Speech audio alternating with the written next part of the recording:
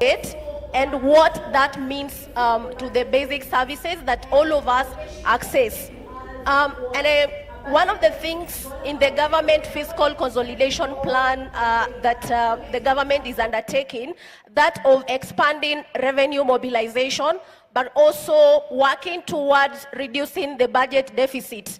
And Wangeshi explained to us what a budget deficit is all about. When the government is spending more than they are collecting in terms of revenue, then that creates a deficit, then has to be met through borrowing. According to the statistics that we have in the recent paper from medium-term debt management strategy, we were able to see that most of our debt is foreign currency denominated, meaning that we borrow in foreign currency, and that means when we are repaying, we also have to repay in foreign currency. And that is up to 47%, because 47% is the total external debt and 53% is the domestic debt. And a study that we did showed that as of 2018, the transfers that go to the county governments reduced compared to the costs that the government is utilizing to on debt interest. And we saw the projection for the incoming financial year 2026-2027 that the government is going to utilize up to 1.3 trillion towards debt-related costs and obligations. Honorable Peter Monya, you have worked closely with the counties. And one of the challenges that we are seeing in the county government as wananchi wako mashinani, watu nasema hivyo, wananchi wako kwenye county government. And one of the challenges that we have seen is even as the revenue is growing, because the statistics show that revenue, that is tax revenue, grew by an average of 10% in the last 10 years. But the resources that are coming to the county keep on reducing in terms of the equitable share.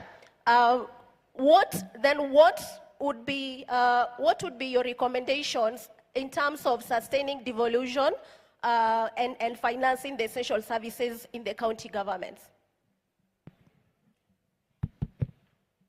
Yes, indeed. You have the specific statistics in terms of reduction, but it is obvious that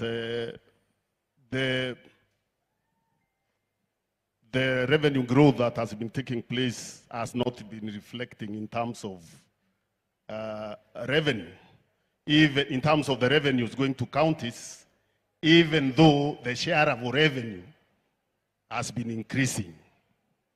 And the share of revenue in law is basically the resources that are collected by the government in terms of taxes are supposed to be shared between the two levels of government.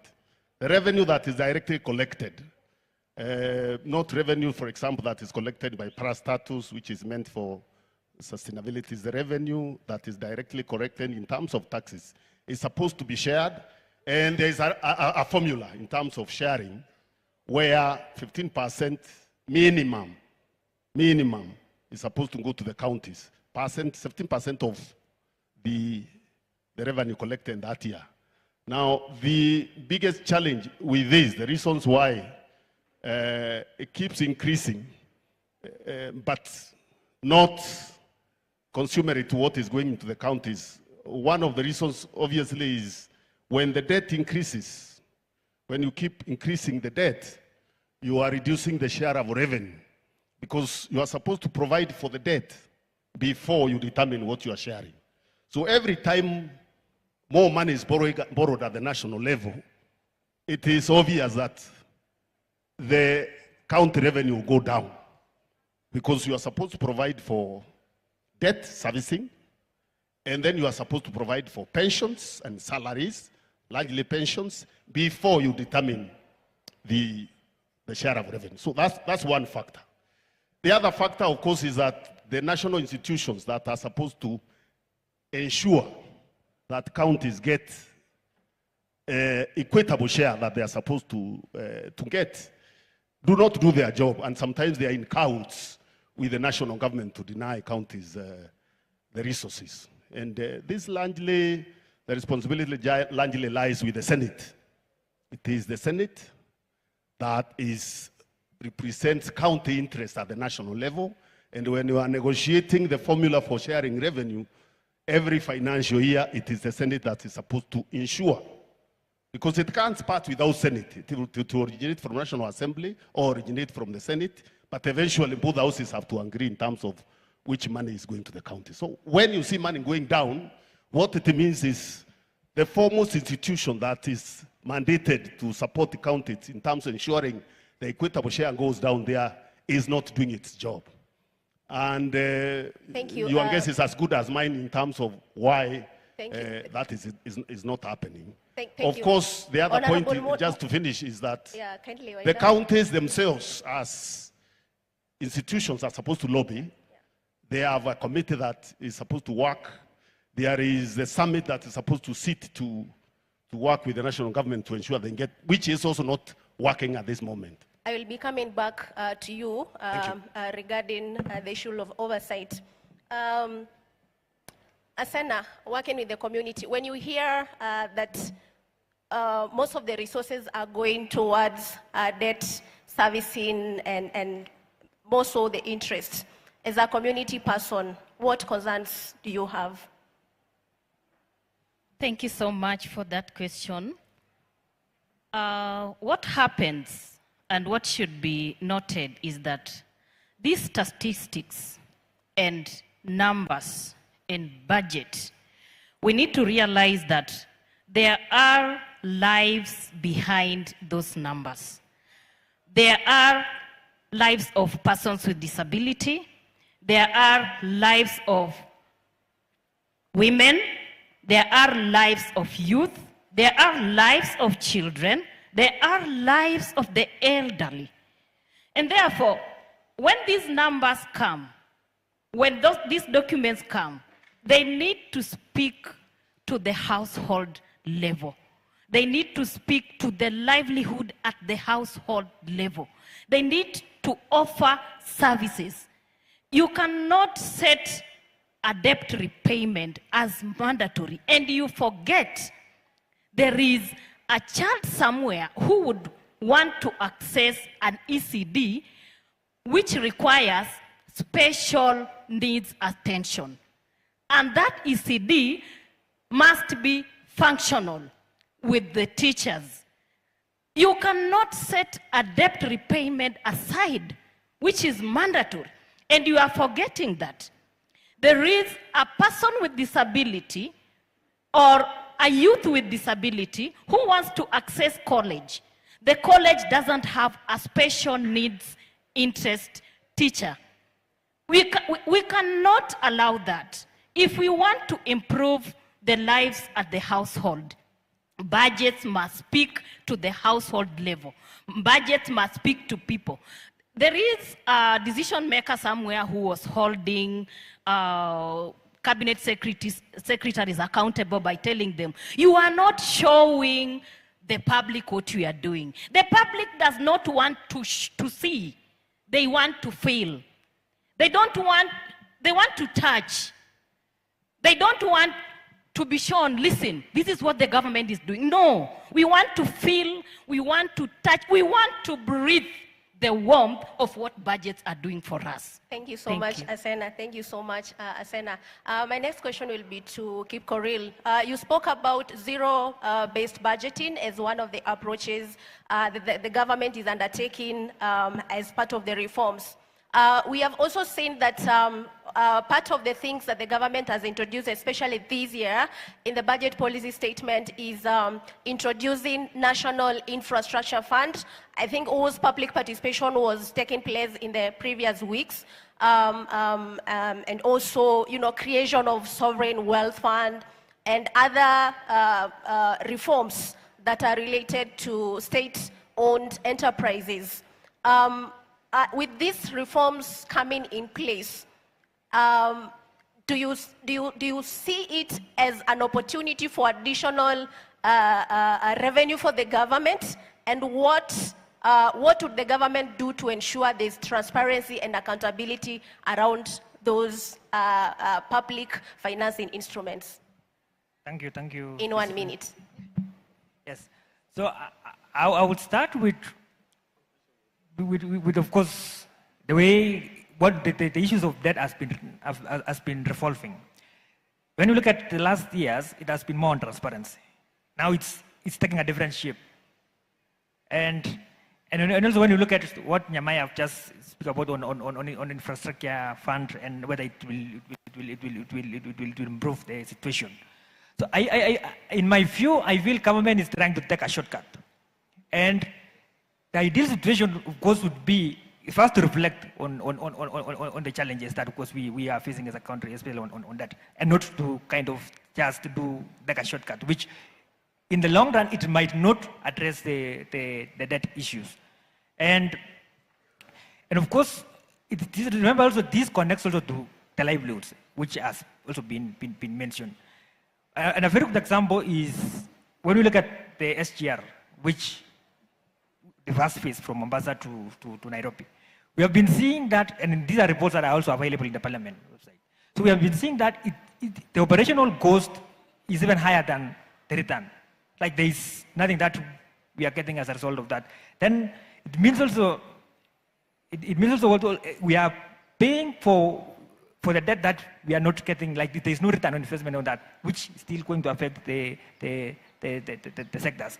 So government, of course, should, first, of course, the ideal position is to ensure that there are no shortcuts.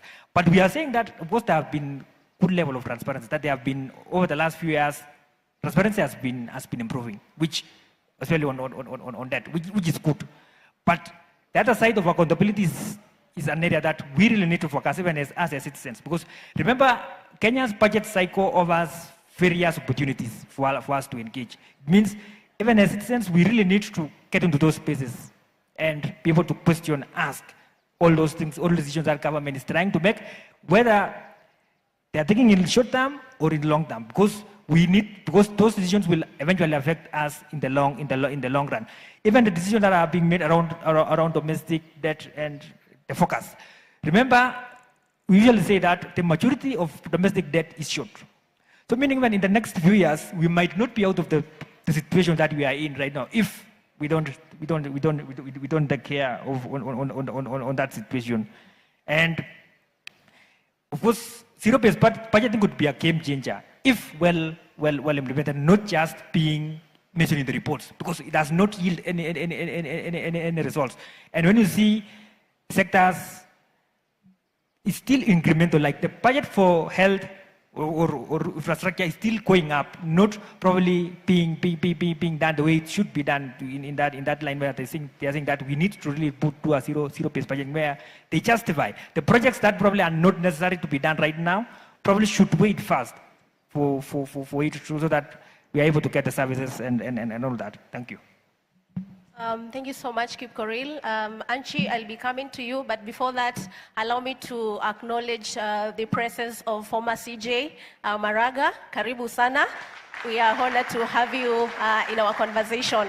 This is where we are talking about financing Kenya's future. So you just came at the right time. Thank you.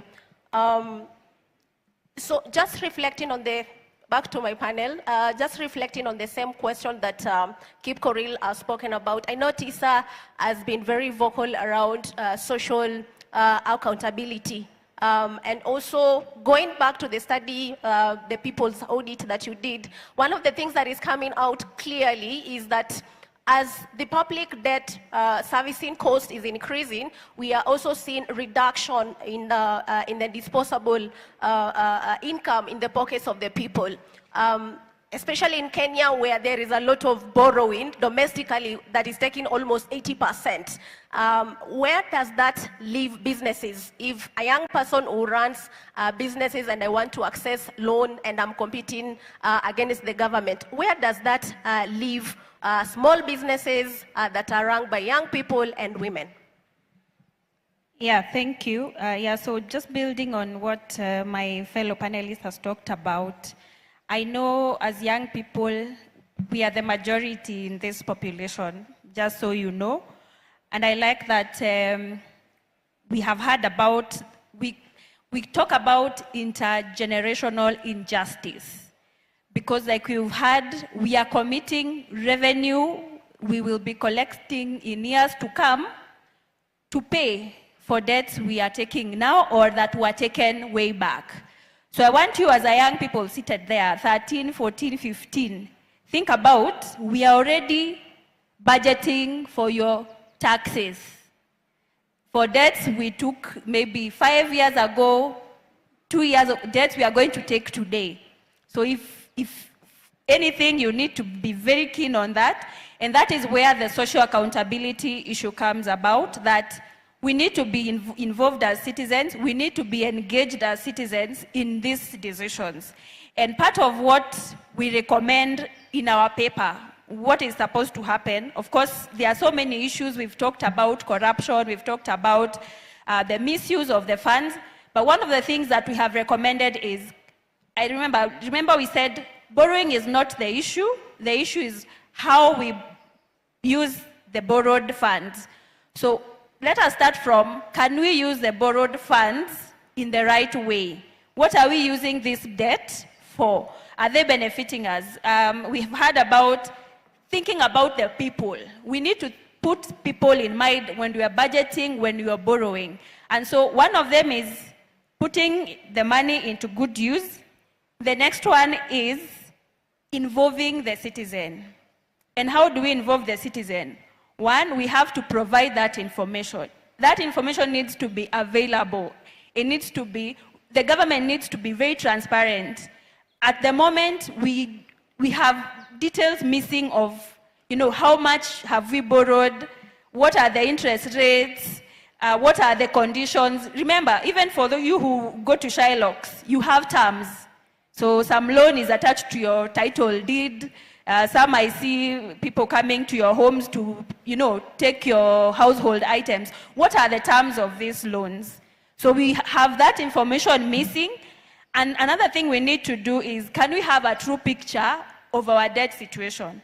I think we need to agree that we are in a debt crisis at the moment, and that will be our starting point. We first have to admit that we have a problem. We have a debt problem, but how big is this problem? Because remember we are talking about external debt, about domestic debt, but some other, liabilities are also debt and are not factored in. When we talk about the 12-point-something trillion, a lot of other liabilities are missing.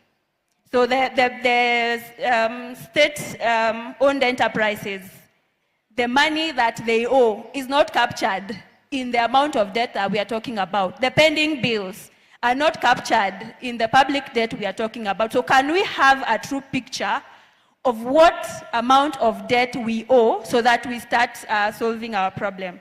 I think the other issue is we need to have consequences of this misgovernance.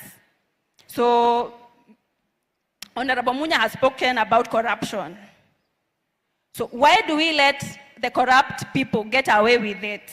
So we have seen how corruption is affecting our debt problem. So do we keep closing eyes and pretending?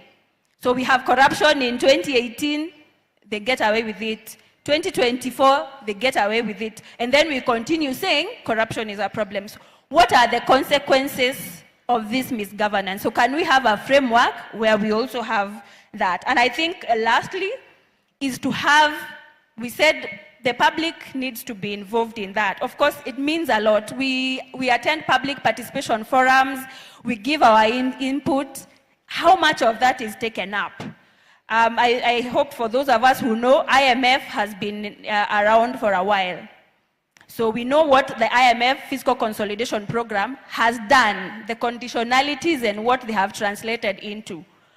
What are the frameworks of engaging the citizens in some of these processes? So we need to have a citizen-centric processes that have the citizen in mind. And of course, we have quite a number of the recommendations. So when you have the paper, you're going to have the true picture of the reforms that needs to go into it. Thank you. Thank you so much, Angela, for those remarks. Eunice, as I come back to you, and Cuba will be preparing to see what we have from the audience. as I finalize with the Eunice. So Eunice, we have seen that in terms of domestic resource mobilization and taxation, we have seen that our revenue from 2012 to 2013 to 2024-2025 financial year, the revenue grew by almost between 10 and 12%. And the government is implementing the medium-term revenue strategy alongside the fiscal consolidation plan, whereby part of the fiscal consolidation is to expand tax bases. What would be the ideal environment for the fiscal framework that we have now? How would it look if we are to lead successful enterprises for the people in the country? Thank you for that question. One of the things that need to be done is that the taxation systems should be progressive and growth sensitive. Looking at the young entrepreneurs who are setting up businesses, it should be simplified. There should be simplified tax, reduced compliance burdens, and graduated tax structures for the businesses that are starting, because you cannot compare those with businesses that are already established. The second thing that should happen is that government spending should prioritize productive investments. And in our entrepreneurship program at Inuka, we have noticed that the pathway has to be within an ecosystem that brings together commitment and resilience for civic participation. And we need to design fiscal policies that are responsible for managing public debt, and my colleague has spoken about that. This will enable the youth and the community members to grow. I'll share with us a few statistics that can be found at the Kenya National Bureau of Statistics. You look there, you're going to find that MSMEs contribute 40% of Kenya's GDP, and they account for over 80% of employment in Kenya. In 2022, the MSMEs created 80% of jobs. That is about 16 million Kenyans, according to the 2023 economic survey. So out of the 600 jobs that were created, 900 new jobs were created by MSMEs. And over 98% of businesses in Kenya are MSMEs. So this conversation really needs to see how we ensure that they thrive. The 2024 economic survey reported that the informal sector created 720,900 new jobs in the 2023, accounting for 85% of all new jobs. And these 98% businesses operate in the informal sector, but there is limited access to credit financing. Private sector growth dropped from 13.9% to about 4% in 2024. And this was as a component of inaccessible financing. Then there should be access to affordable capital for youth. We spoke about that. And we all have the Nyota financing that is not even 2 months, and it seems to have stalled somewhere along the way. Then finally, in line with what Angela has said, need for stronger transparency and accountability in public spending, because Kenyans want to see the borrowing work for them in terms of infrastructure, in terms of training opportunities, in terms of a supporting environment to grow the business. Thank you. Thank you so much, Eunice and the panelists. So in this section, we want to turn back to our audience. Our colleagues, Eve and Faithan, will be passing the microphone, but I don't know whether something is on the Menti. Cuba will be taking us through that. Yeah. All right, thank you. And thank you, panelists, for your amazing discussion. We're just going to try and read some of these, because time is fast spent. I'm going to try to read some of the submissions that have come, and then we'll be able to get one or two from the crowd, especially also from our honorable guests. So the question was, what approval and transparency process should government loans go through before they are signed. So we have some submission here saying citizen participation, full disclosure to the public. Someone is saying parliamentary approval that's backed by some public participation, credible public briefings by the concerned public agencies. Okay. Somebody wants a breakdown budget for every cent. Okay. Public participation, not just parliament. Share the loan agreements and conditionalities. Repayment conditions and interest rates. An intensive public engagement and scrutiny. And this is a long one. Major loans should undergo parliamentary approval and also public participation. Government should know how much they would like to borrow and let that be part of the approved finance bill and appropriation.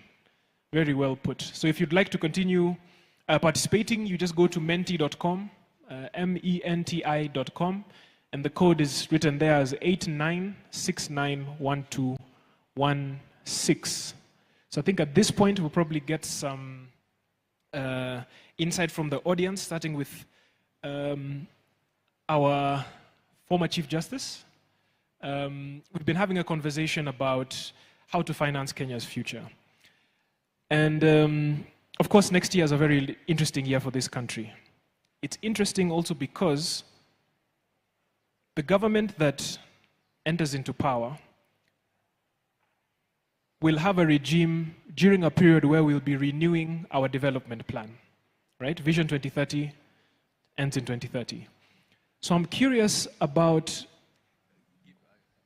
what aspects of the financing of this development plan could be changed or could be adjusted in your eyes.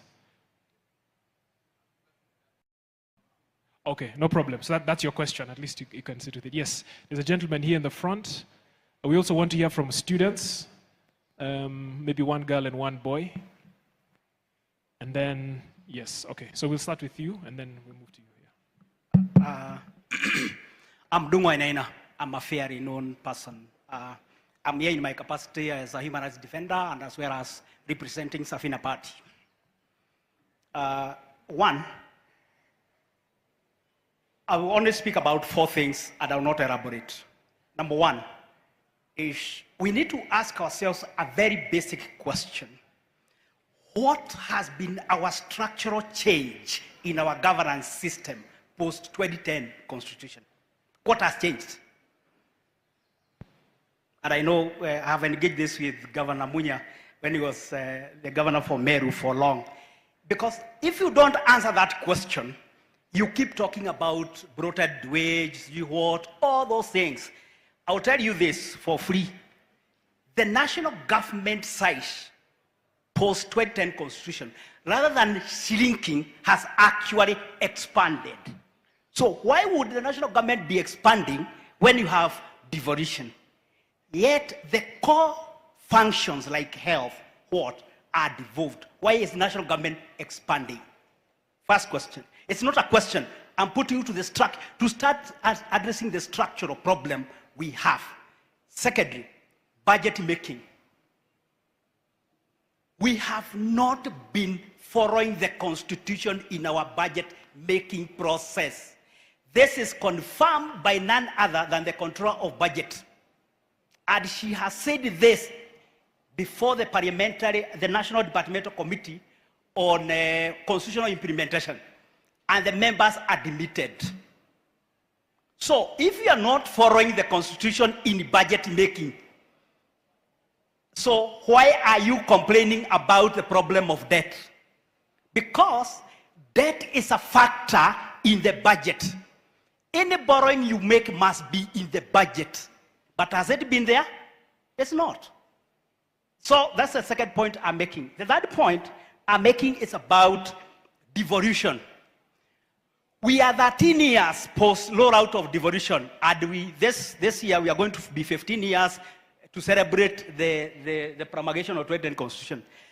13 years after we rolled out devolution, how far have we implemented devolution? Have we unpackaged, unbundled, constant, and transferred functions? No. Look at health. Health is 98% devolved, but who is controlling health? Right? So if you have not unbundled, costed, and transferred the functions, and how then are you complaining about the cost of running government? Why are you running dubious, wasteful, parallel government systems? Right? So the question here is simple. At what point will you be able to unbundle cost and transfer functions? Resources are two, right? Financial and the human. Why have we not been able to do that? And by the way, we have already expired, and the CJ can tell you this, that already we have expired the timeline that are set in the Constitution in terms of constitutional implementation. The timeline has expired. So we are already operating unconstitutionally in our own constitution. And finally, is a question that I think all of you have debated. What is our economic and fiscal policy post-2010 constitution? Because the 2010 constitution fundamentally altered our economic and fiscal policy. But did we change? No, we are still doing the old things. So what have we changed? And finally on debt, as of data from the Institute of Economic Affairs on Wednesday, our debt was 12.32 trillion. And by the way, this debt is what you call the debt on the books, not the debt of the books. Like for instance, we are talking about borrowing now through securitization, is it? That is debt, but it is not on the books. So there's a bigger problem of a debt than what you just talk about. There's a debt on the books and the debts of the books. You need to find out where that is. Santeni. Thank you for that elaborate answer. Yes. Okay, Aya. so where are we? Sorry. Oh, yes. Yes, from here. My name is Luke. Sorry, Luke, go directly to the question. You have 1 minute, thanks. Yeah, and I have 3 questions. I will be very brief because I was prepared for this. So I'm a senior comrade. That is my question to the panelists. Number 1, I have the People's Audit here with me, and it's not the first time I'm interacting with it. So my question is about budget, public debt breakdown by administrations. The report highlights economic betrayal and soaring public debt. Can the panelists provide a detailed, itemized breakdown of the specific debt accumulated under the last 3 administrations, clearly outlining how the funds were utilized and which projects received funding? That is the first question. The second one is accountability and recovery mechanisms. Given the claims of bad governance, theft, corruption, and state capture, what concrete legal and financial accountability mechanism does the Okoa Uchumi campaign propose to recover any identified odious debts and all specific individuals or leaders responsible? And the last one is this one: preventing future unsustainable borrowing. Beyond auditing past debt, what specific actionable policy recommendation does this report suggest to prevent future administration and engaging in unsustainable borrowing that can affect the rest of the generation? Thank you. Thank you. I ask for the next question. You limit it to 144 characters. I will just hear from the student and then... Yes, good morning, everyone. I have a question regarding on the new 2027 elections that are closely or rapidly approaching.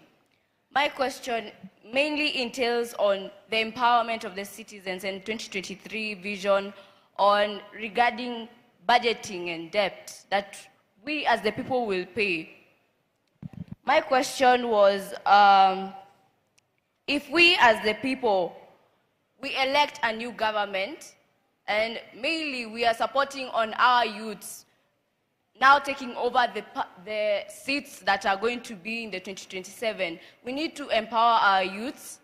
One other thing, when they get to the government, the new government that is going to be in 2027, we need to install new plans or new internal systems that will stop corruption, even in a small amount.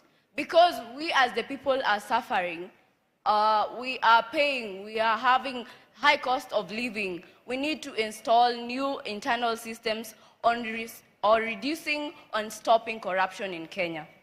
And one of the other things that I wanted to say, as the country or as the people of Kenya, we need to consider having positions as we are going to, as the youth are registering there, even in the IBC.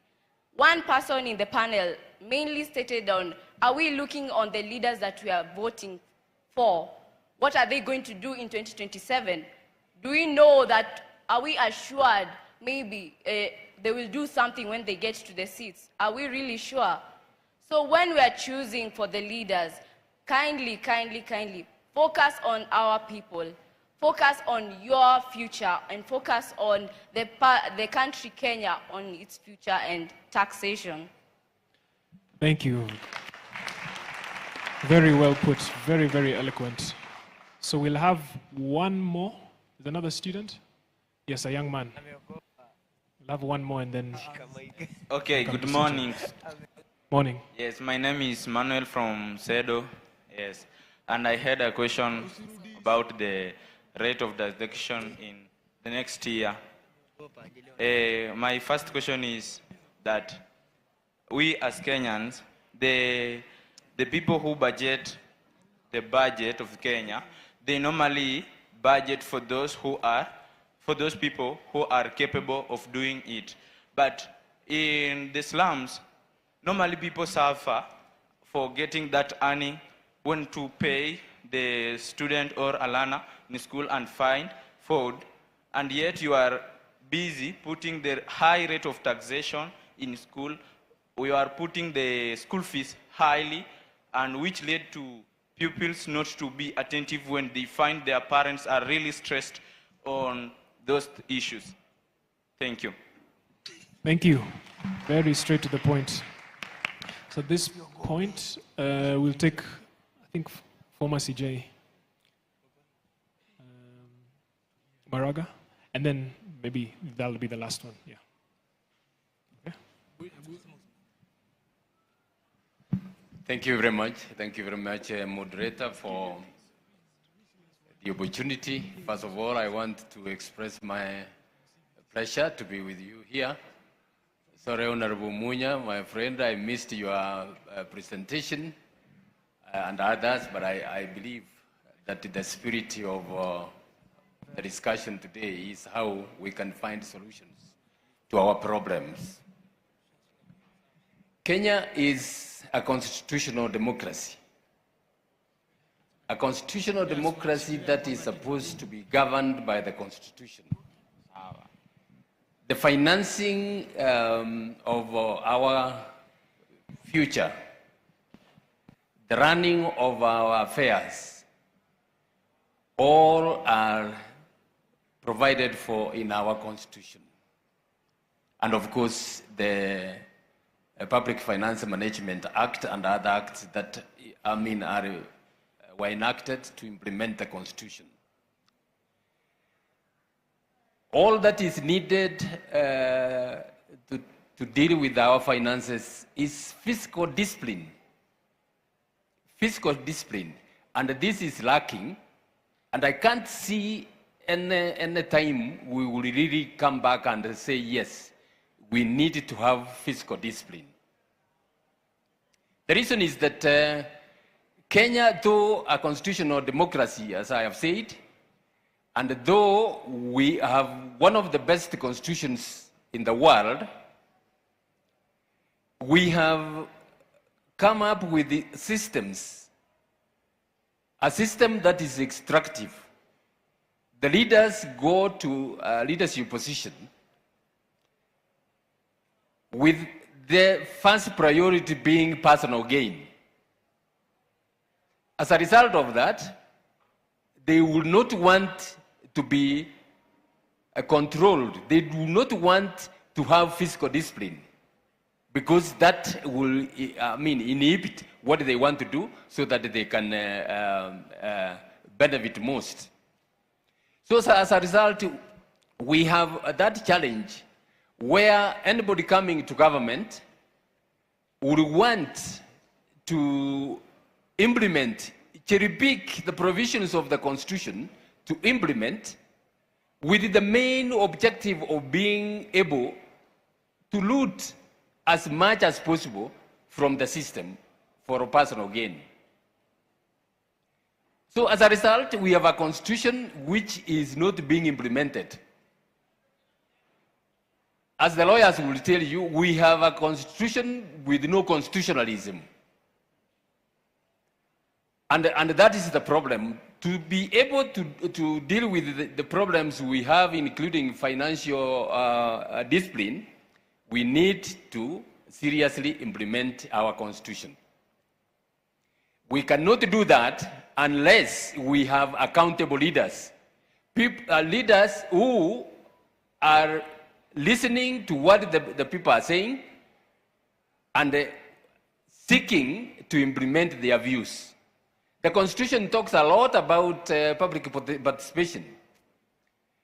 When you are dealing with the national issues, you have tokenish public participation, sometimes choreographed, to just pick one few people and say, look, you have taken public participation.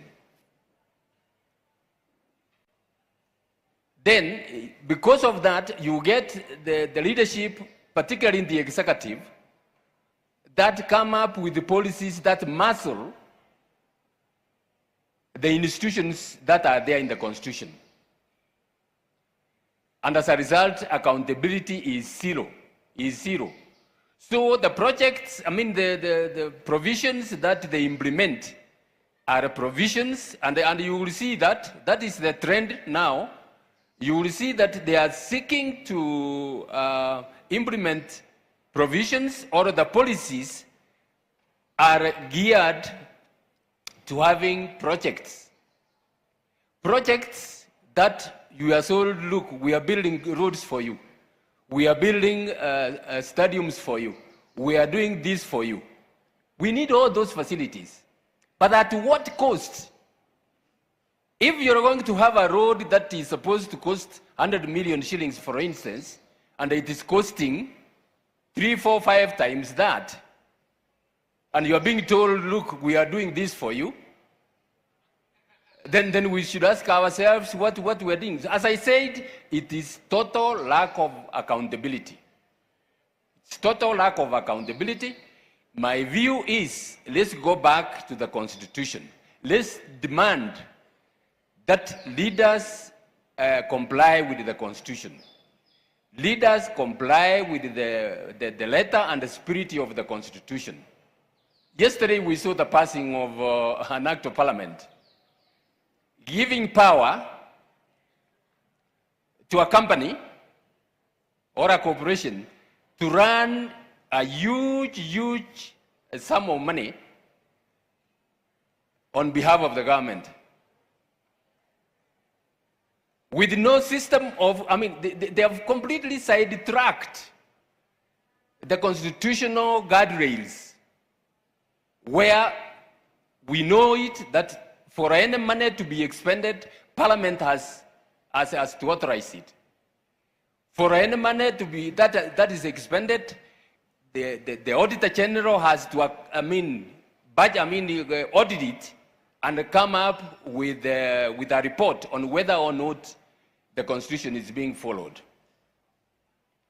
You now get acts which are being passed, which in my view is totally unconstitutional, and you spend a lot of money. So what we need for our financing is simple accountability. And we have an opportunity as a country, we have an opportunity.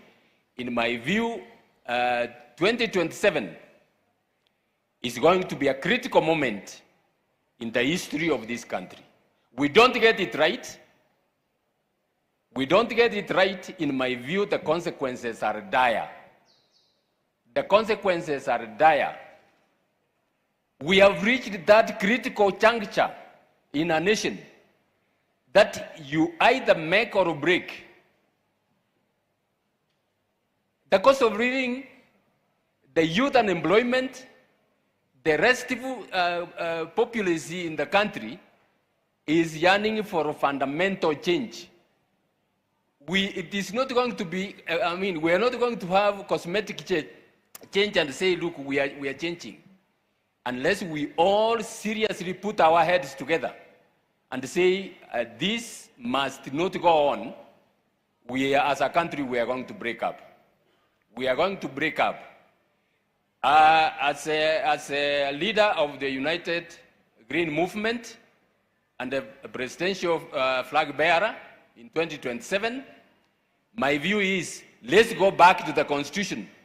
That's why my philosophy is Ukatiba. Ukatiba is constitutionalism. Let's go back to the Constitution. Let us follow the Constitution strictly, and everything will fall into place. When you begin cherry picking and doing things outside the law, we are going to knock. We are going to knock, and the country will be unlivable. The country will be totally into chaos, and we will all lose. Nobody will be spared. Nobody will be spared. Even those who are in power, you are cheating yourselves that because of your power or because of your wealth, you are going to be better off. My view is, let's go back to the Constitution. Let us reset our country. Let us rebuild our economy. And let us reform the systems. Give institutions the power the Constitution has given them, and give them a free hand to run their affairs. Make sure that those institutions are headed by competent people who have the interests of the nation at heart first before anything else. Thank you very much. It was an opportunity to contribute. Thank you. Thank you very much for that. That is loud and clear. So we'll just have one last submission for the gentleman at the front, and then we'll take questions. We'll have the panelists respond. Okay, my name is Daniel Mwangangi. I come from Meru. I am a disability rights advocate, and I'm glad today, as we dialogue here, we have two of the few genuine leaders in this country, that is Munya and Maraga.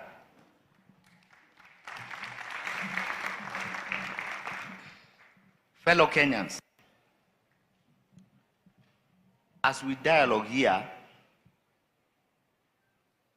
and trying to see where the problem is, let us not forget that Kenya started with betrayal. Right away from independence, it started from betrayal. And even if we talk about corruption and how many times we are going to address corruption, it won't end until we notice that there can be no corruption without betrayal.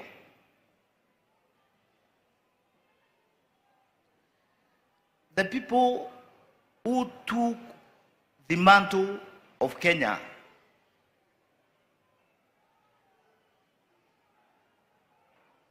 took the chains of... Please proceed.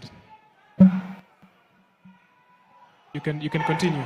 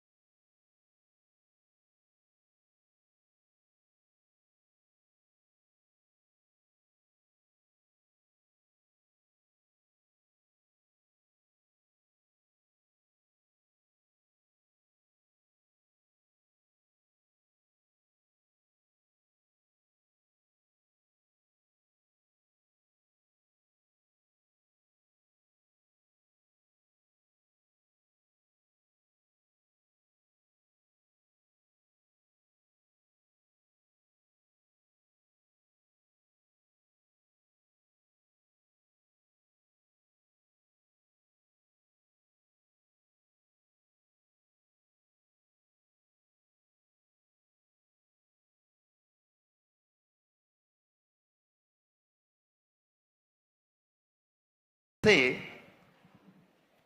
that when you give a autism child a fragile glass, that glass ultimately will be broken.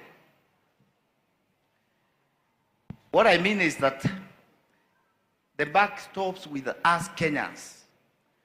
The kind of leaders that we elect to go and operationalize the Constitution and all the papers that are supposed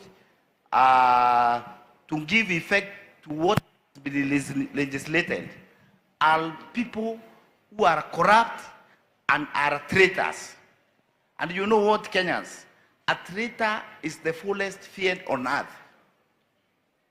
If we continue with this trajectory, then Kenya will be dead.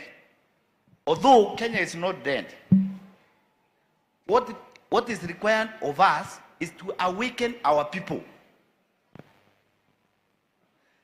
To awaken our people to what?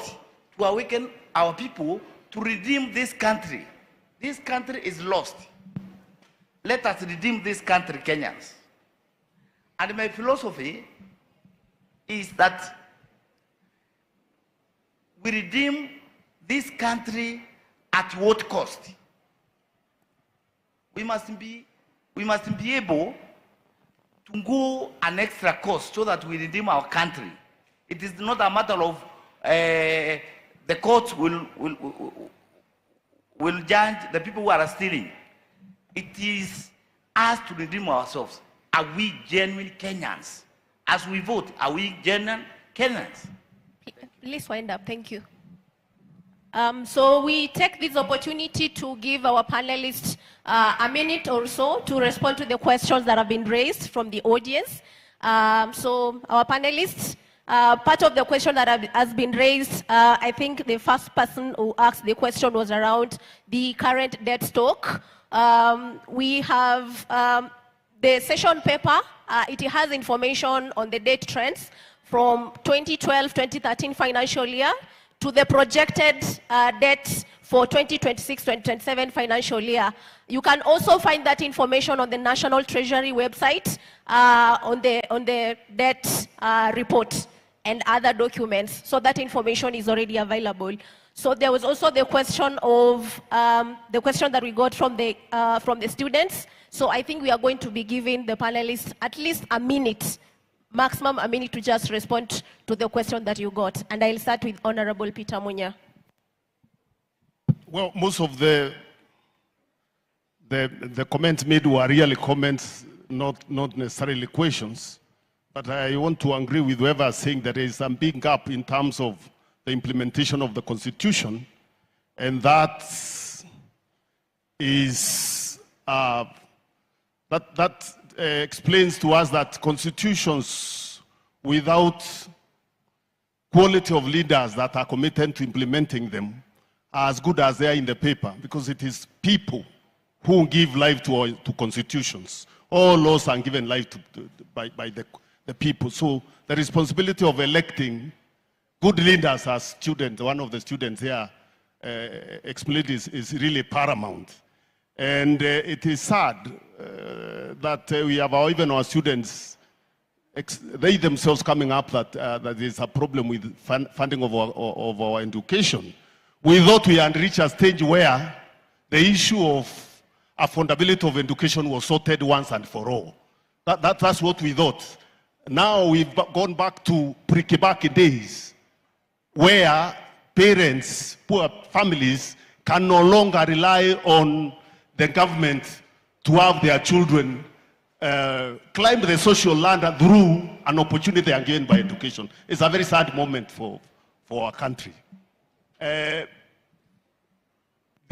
other issue that was raised there in terms of the debt that each regime is responsible for, as you have said, it can be found in the statistics. But as one of the speakers said, the issue is not even the amount of money borrowed, it's what that money did. Because you need to look at what was borrowed and then what did it provide. And of course, the law also, we can't also say borrowing is not a problem. There is a limit to what you can borrow. because you have to borrow within where you have resources to be able to repay. So it's not like the envelope is elastic forever. There is a limit, and that's why the Constitution puts a ceiling on how much you can borrow, and we are breaking that ceiling, then we go back to the Parliament to approve after the fact. That's what we have been doing, and the Parliament has been in a hurry to do that, to approve whenever that has been done. And as I've said, the breakdown in terms of accountability of our institution, the failure and the capture of our accountability institution is one of the biggest challenges this country has. And that again goes back to the quality and the character of the people we elect. Thank you.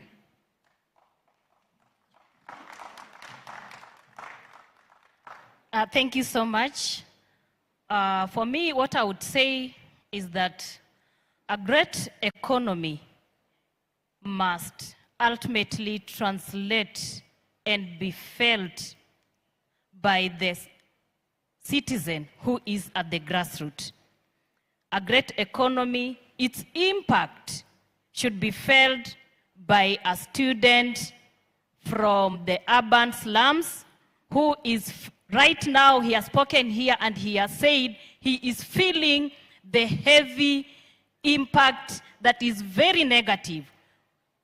A great economy should be positively be felt by the children, it should be felt by the women, it should be felt by the elderly, it should be felt by the persons with disability. And therefore, we need to ensure that our national government is really intentional. The national government currently is not intentional in its implementation of the issues that mwananchi at the grassroots should feel and positively work with and live with it. Therefore, when devolution came, devolution was meant to ensure that services are closer to mwananchi. And I want to take this back to mwananchi. Mwananchi, let's not wait for leaders to decide for us. Let's come up and develop our manifestos. I want to appreciate Honorable Sifuna. The last time we brought our manifesto to you, you followed it up to the grassroots and you called us in the Senate and we presented our issues in the energy sector following that manifesto. Were it not for the manifesto, you would not have recognized us. So if mwananchi can go down, sit down and develop issues, put them in one document, documents for the youth, documents for the persons with disability, documents for the children, bring those issues. And when they are elected, we know we cannot control how they are elected. They come with money, they come with confusion, they come with everything. But once they are elected, let's sit down with our issues and tell them, this is where we want you to implement in the next 100 days. This is what we want you to implement in the next 6 months. This is what we want you to implement in the next 2 years. Therefore, mwananchi, if we sit down and wait for leaders to decide for us, we are doomed. They will continue deciding 40% to go to the debt, and next time they will say 100%. We will be dead by then. Thank you so much.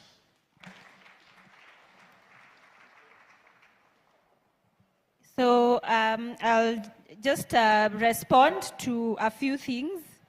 And like I think I'd mentioned some of the recommendations we have given of the reforms that should go into it. But in a nutshell, to just say, and a number of speakers have spoken to it, we have an issue of discipline because we raise a lot of revenue, but we misuse it. We have our priorities wrong. We prioritize the wrong things. One thing we need to do is reduce on the spending. But what is happening is that we are reducing on spending on the wrong, we prioritize the wrong things. Another thing is we budget, but then we keep we have a number of supplementary budgets coming along. So in between the financial year, we have 2 to 3 supplementary budgets. So even our budgeting is not respected. So we sit down, agree on a position, but along the way, because of our lack of discipline, we keep changing, shifting the goals. Like the issue of the public debt, I think Honorable Munya has mentioned. So when we realized we are about to burst the ceiling, we moved it. We moved a little bit. And then when we realized we are going to burst the ceiling, the new ceiling, we shifted. Now we are working with a percentage of our GDP. And still, so we have a limit of up to 55%. We have by far burst that again. We are up to above 60% of our GDP. So our main issue is discipline, and again on how we spend the money. On the issue of odious debt, it's a conversation that is ongoing. Of course, it needs to be guided by the process. For a debt to be odious, a number of things needs to have been violated. And the reason we need now to, I think we've spoken about having the right information, having all the information disclosed. What are the terms?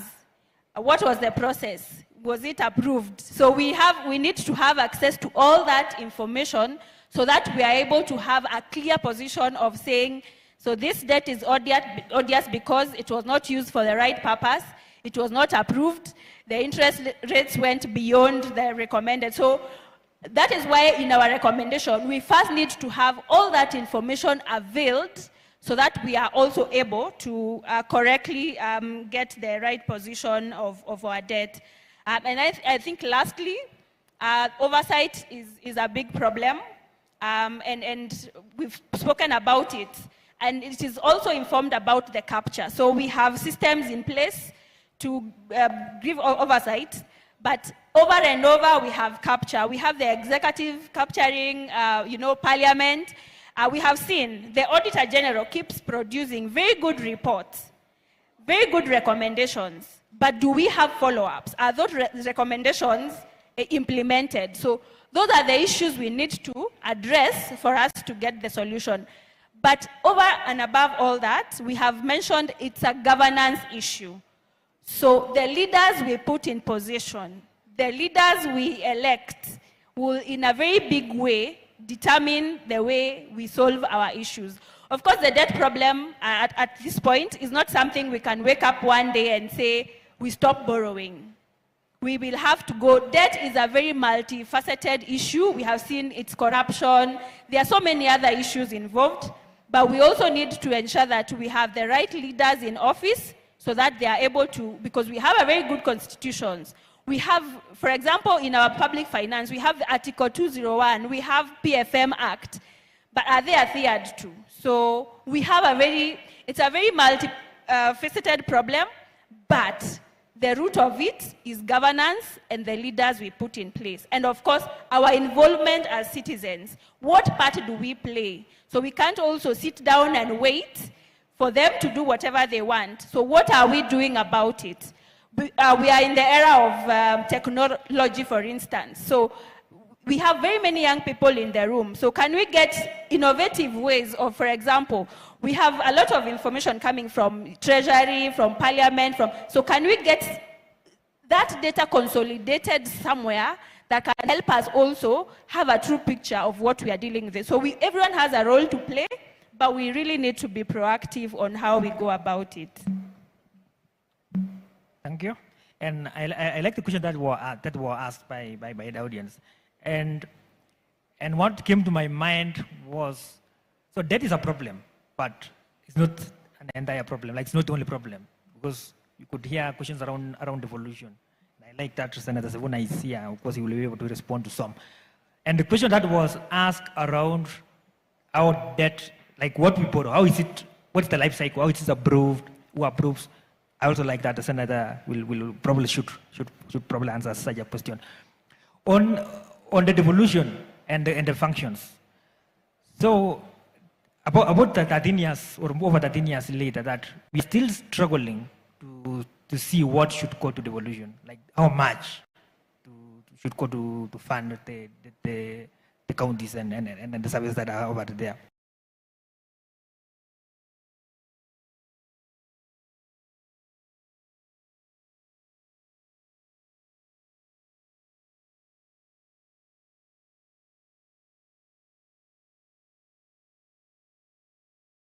But it is not happening. Because if, let's say, at the national level, Ministry of Health was to justify clearly and show this is what we are doing, then it could have also made it clear on how much actually should go to counties, especially in health, which is heavily devolved. But as it's not, still seems not to be happening.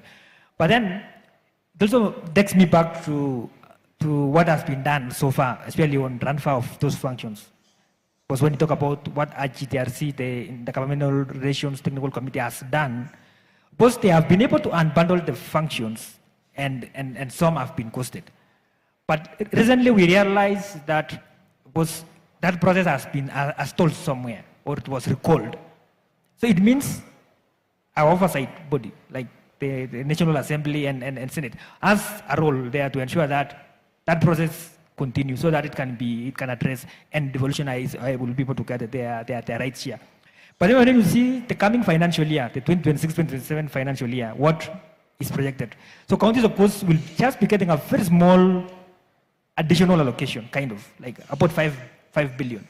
But when you see other sectors, on average, they are getting an addition of around 12% on average, based on previous or based on the current financial year 2025-2026, which shows that there's a bit of unfairness there. That of course the national government still retains quite a lot of resources despite the devolution, and it leads us to duplication of all those, which means in my view, Senate and National Assembly should really put in there so that they ensure that they are able to unlock that. And even we have also been asking ourselves, we need to redefine the terms that have actually been used. For example, the shareable revenue. You know, sometimes national government will say, let's first remove, so we remove public debt, we remove consolidated fund service pension, which is fine. But then counties are not actually benefiting from such, meaning that at the end of the day, they will be disadvantaged. And most of the services that are offered are at the county level, which is a challenge. And another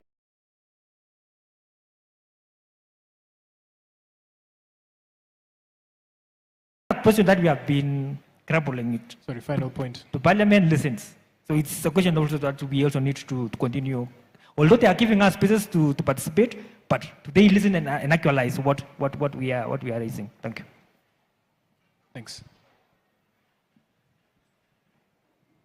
There's a comment that has alluded to the caliber of leaders that are elected into office. So for me is to encourage the young people. If all the youth who were on the streets in June 2024 were to get a voter's card and on the day of the elections go and vote in their leader, the concerns we are having that the elections would be rigged would be a different conversation. Let us give them another better problem as opposed to just making them have an easy way that we don't decide to go and vote. For the other class of people, the middle class, the people in employment, sometimes we say that siasa, mi sipendi mambo ya siasa. I would urge us to get interested in the way we are governed and ask questions. In my naive thinking, sometimes I think we do not need that because every week the Auditor General, like clockwork, unveils some money that has been stolen. If all this money was recovered and put together, consolidated, I want to believe it may offset a big chunk of the debt that we already owe, so that now when we get back to borrowing, we are borrowing with very specific needs, borrowing as guided by the Constitution, and borrowing with the people having participated in that, such that the borrowing speaks to Wanjiko, Otieno, Omondi, that the roads they are using, the infrastructure, that they don't have to pay to get to treatment in the hospital, that they don't have to pay for education. Right now, just looking at the conversation around grade 10, it is a nightmare for the parents who are currently having students in grade 10 right now because the capitation was removed. We have a big number of students in a small percentage of the schools, while other schools have teachers, but they do not have students. And this is a problem that we have created ourselves because of greed, corruption. Let us call out the leaders. Towards the elections, we usually have the red card campaign. And sometimes we are given our leaders who have been red carded, but because it is someone that is known to us, we don't want to hold them to account. So it is for all of us as members of public of this Kenya. We don't have another Kenya. We need to make sure that Kenya is protected by everyone and ensure that the debt that is borrowed works for us. Thank you very much. Thank you very much, panelists. We have come to the end of our panel discussion. Before you close, Sorry, I just wanted one last question. Yeah. Who in their right senses removes Eduafia? Who in their right senses removes it completely and replaces with nothing? Thank you so much. All right. That was a good parting shot. So thank you once again to our panelists for being a part of this discussion and helping us understand how to finance Kenya's future, especially given the circumstances we find ourselves in. So we'd like to move to another part of the session where we'll be inviting one of our honorable guests here to say a few words. But before that, we'd like to take a few pictures with the panel. And we have some gifts for you for coming to share your insights. You see the sun has even come out. We are grateful. So we'll do that quickly, and then we'll get into the next part. And thank you, the crowd here for being a part of the discussions and for your input and your questions. It's much appreciated. All right, can we have a round of applause for the panelists?